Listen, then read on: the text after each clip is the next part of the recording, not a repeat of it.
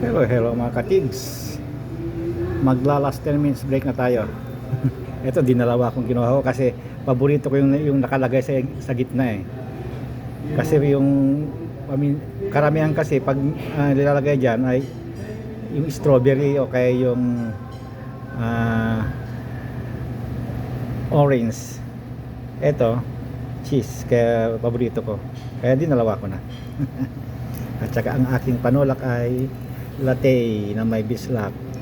Halo-haloin natin para tanggal ang bula. Ito yung last break ko na, or third break. Tikman natin yung latte.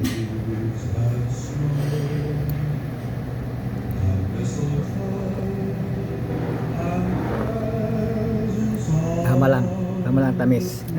Okay, mga katigang, kainan na. Bye bye.